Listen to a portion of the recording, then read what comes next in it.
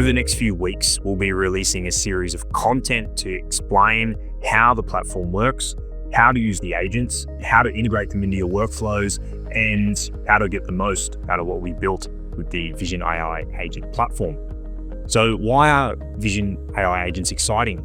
Well, you'll see with some of the agents we've released so far, you can now perform vision tasks that used to require custom model training, collecting lots of labeled data, things like high accuracy, robust text extraction, arbitrary object counting, label validation, damage detection, cleanliness assessment. Right now, you can use these off the shelf, tailor them to your application very easily using simple text. You can use them using our batch mode functionality. If you have a bunch of images you want to process, you don't even need to write any code. You can simply unleash this batch mode functionality on your images, select your agent, and off you go. You'll get an output that summarizes the images in a format that you can use elsewhere.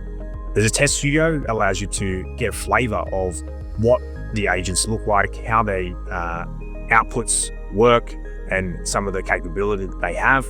And if you're ready to integrate, you can also look at the docs, API docs that we have that are available.